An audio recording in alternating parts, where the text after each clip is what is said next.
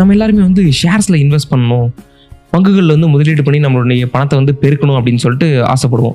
இப்போது ஷேர்ஸில் வந்து இன்வெஸ்ட் பண்ணணும்னு நினைக்கும் போது நமக்கு தேவைப்படக்கூடிய அக்கௌண்ட் என்ன அப்படின்னு சொல்லிட்டு பார்த்தோன்னா, ஒன்று டிமேட் அக்கௌண்ட், இன்னொன்று வந்துட்டு ட்ரேடிங் அக்கௌண்ட்.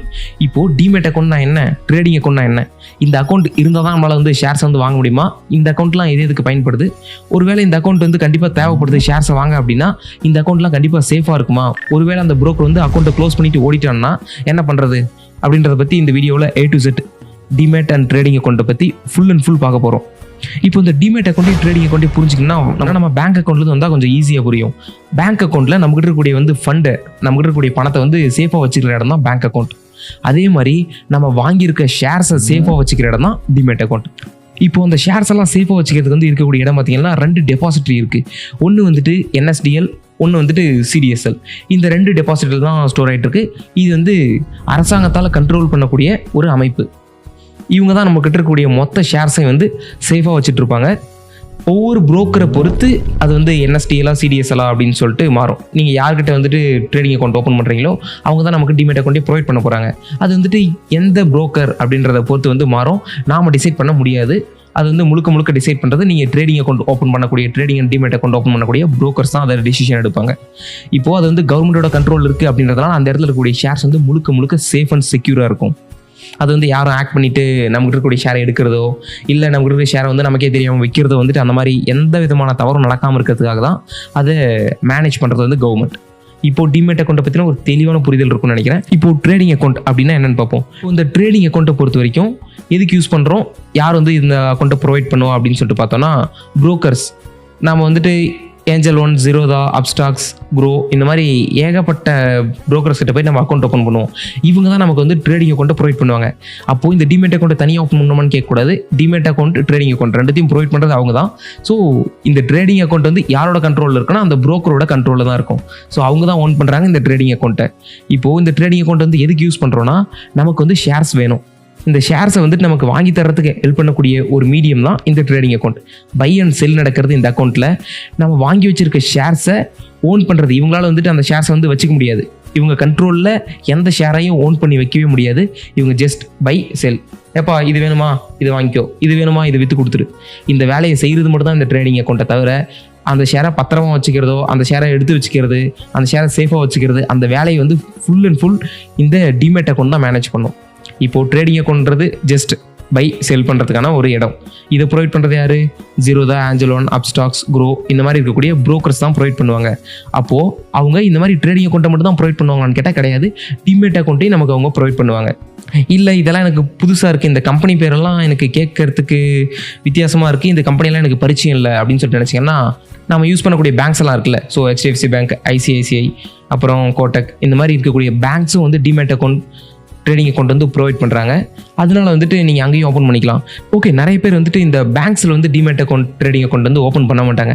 ஏன்னு கேட்டால் அங்கே வந்து ப்ரோக்கரேஜ் சார்ஜஸ் வந்து ரொம்ப அதிகமாக இருக்கும், ப்ரோக்கரேஜ் அண்ட் கமிஷன்ஸ். அதனால வந்துட்டு எல்லாருமே அப்ஸ்டாக்ஸ், ஏஞ்சல் ஒன், க்ரோ இந்த மாதிரி ப்ரைவேட் ஆப்ஸ் தான் யூஸ் பண்ணுவாங்க. இவங்களும் கவர்மெண்ட் கிட்ட பர்மிஷன் வாங்கிட்டு தான் ட்ரேடிங் அக்கௌண்ட் வந்து ஓப்பன் பண்ணுவாங்க. அந்த டெபாசிட்ரிக்கிட்டையும் போய் பர்மிஷன் வாங்கிட்டு, CDSLலாம் CDSLலையும், அப்புறம் NSDLலையும் போயிட்டு பர்மிஷன் வாங்கிட்டு தான் அவங்க அந்த ஷேர்ஸை வந்துட்டு ட்ரேடிங் அக்கௌண்ட் டு அந்த டெபாசிட்ரிக்கு ஷேர்ஸ் வந்து மூவ் பண்ணுவாங்க. அதனால இவங்களும் ரிஜிஸ்டர் பண்ணால் தான் அவங்களுக்கு அந்த பர்மிஷன் கிடைக்கும். நீங்களும் நானும் நினச்ச உடனே ஒரு ட்ரேடிங் அக்கௌண்ட் வந்து ஓப்பன் பண்ண முடியாது. அதனால வந்துட்டு இவங்களும் முழுக்க சேஃப் தான்.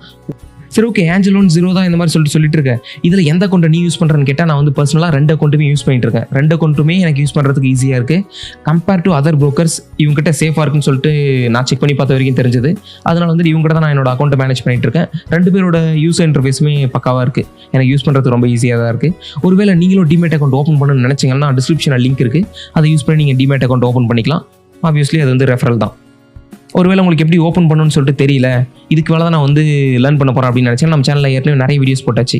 எப்படி டிமேட் அக்கௌண்ட் ஓப்பன் பண்ணுறது, பை பண்ணுறது எப்படி, செல் பண்ணுறது எப்படி, ஸ்டாக்கை வந்து எப்படி ஃபண்டமெண்டலி ரிசர்ச் பண்ணி எப்படி நம்ம வந்து ஒரு ஷேர்ஸை வாங்குறது அப்படின்னு சொல்லிட்டு நிறைய வீடியோஸ் போஸ்ட் பண்ணியிருக்கோம். நீங்கள் வேணா ரெஃபர் பண்ணி பார்த்துக்கலாம். Okay, back to the topic. என்னன்னா, trading account okay, demat account okay, இதெல்லாம் ப்ரொவைட் பண்ணுறாங்க. அந்த வந்து புரோக்கர்கிட்டே நம்ம வந்து 2 பேர்கிட்டையுமே ஒரே டைமில் நாம் ரெஜிஸ்டர் பண்ணி 2 அக்கௌண்ட்டுமே அட் அ டைமில் வந்து ஓப்பன் ஆகிடும். அதனால் இது ஒருத்தர்கிட்ட அது ஒருத்தர்கிட்ட ஓப்பன் பண்ணோம்.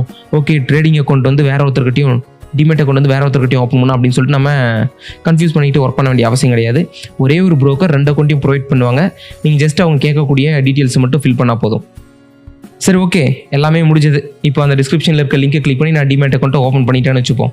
டிமேட் அக்கௌண்ட் ஓப்பன் பண்ணிச்சு, நான் ஒரு ஷேர்ஸும் வாங்கிட்டேன், நிறைய ஷேர்ஸ் வாங்கியாச்சு, இன்வெஸ்ட் பண்ண ஆரம்பிச்சிட்டேன்.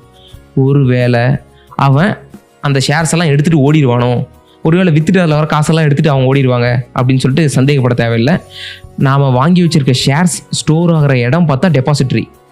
இவங்க ப்ரொவைட் பண்ணுறது ஜஸ்ட் பை அண்ட் செல் பண்ணக்கூடிய ஒரு ட்ரேடிங் அக்கௌண்ட் மட்டும்தான். இவங்ககிட்ட அந்த ஷேர்ஸ் வந்து ஓன் பண்ணுறதுக்கான பாசிபிலிட்டிஸ் கிடையவே கிடையாது. அதை வச்சுட்டு இருக்கிறது ஃபுல்லாக NSDLோ CDSLோ. அவங்கக்கிட்ட ஷேர்ஸ் எல்லாம் இருக்கும், இவங்க ஜஸ்ட் பை செல் பண்ணுறதுக்கான ஒரு இடம் தான். அப்படி பார்க்கும்போது இவங்க நைட்டாக க்ளோஸ் பண்ணிவிட்டு எடுத்துட்டாங்கன்னா கூட சரி, ஒன்றும் பிரச்சனை கிடையாது. நாம் போய் நம்ம CDSலையும் NSDLலையும் நம்மளோட ஷேர்ஸ் பத்திரமா இருக்கும். நம்ம இன்னொரு brokerகிட்ட அக்கௌண்ட் ஓப்பன் பண்ணிவிட்டு அந்த ஷேர்ஸை வந்துட்டு நம்ம அதுக்கு மூவ் பண்ணிக்க முடியும். அதனால நம்ம வாங்கக்கூடிய ஷேர்ஸ், நம்ம இன்வெஸ்ட் பண்ணி வச்சிருக்கக்கூடிய ஷேர்ஸ் வந்து யாராலையும் எடுத்துகிட்டு ஓடிட முடியாது. யார் எந்த broker எப்போ அக்கௌண்ட்டை க்ளோஸ் பண்ணிட்டு போனாலும் நமக்கு பிரச்சனையே கிடையாது. இதுதான் வந்து ட்ரேடிங் அக்கௌண்ட்னா என்ன, டிமேட் அக்கௌண்ட்னா என்ன அப்படின்றதுக்கான தெளிவான டெஃபினேஷனாக இருக்கும்னு நினைக்கிறேன். ஓகே, உங்களுக்கு வந்து அதே மாதிரி தோணுச்சு அப்படின்னா நம்ம வீடியோக்கு லைக் பண்ணிக்கோங்க. உங்கள் ஃப்ரெண்ட்ஸ் யாருக்காச்சும் யூஸ்ஃபுல்லாக இருக்கும் அப்படின்னு சொல்லிட்டு நினச்சிங்கன்னா ஷேர் பண்ணி விடுங்க. ஓகே, நம்ம சேனலில் போடக்கூடிய வீடியோஸ் பார்த்தீங்கன்னா full and full personal finance ரிலேட்டடான வீடியோஸ் தான் போஸ்ட் பண்ணிட்டு இருப்போம். உங்களுக்கு இந்த மாதிரி பர்சனல் ஃபினான்ஸ் லேர்ன் பண்ணணும் அப்படின்னு சொல்லிட்டு நினச்சிங்கன்னா நம்ம சேனலை சப்ஸ்கிரைப் பண்ணி வச்சுக்கோங்க. கண்டிப்பாக உங்களுக்கு ஹெல்ப்ஃபுல்லாக இருக்கும். இதே மாதிரி வந்து நிறைய வீடியோஸ் வந்து போஸ்ட் பண்ணிட்டு இருப்போம். தேங்க்யூ ஃபார் வாட்சிங்.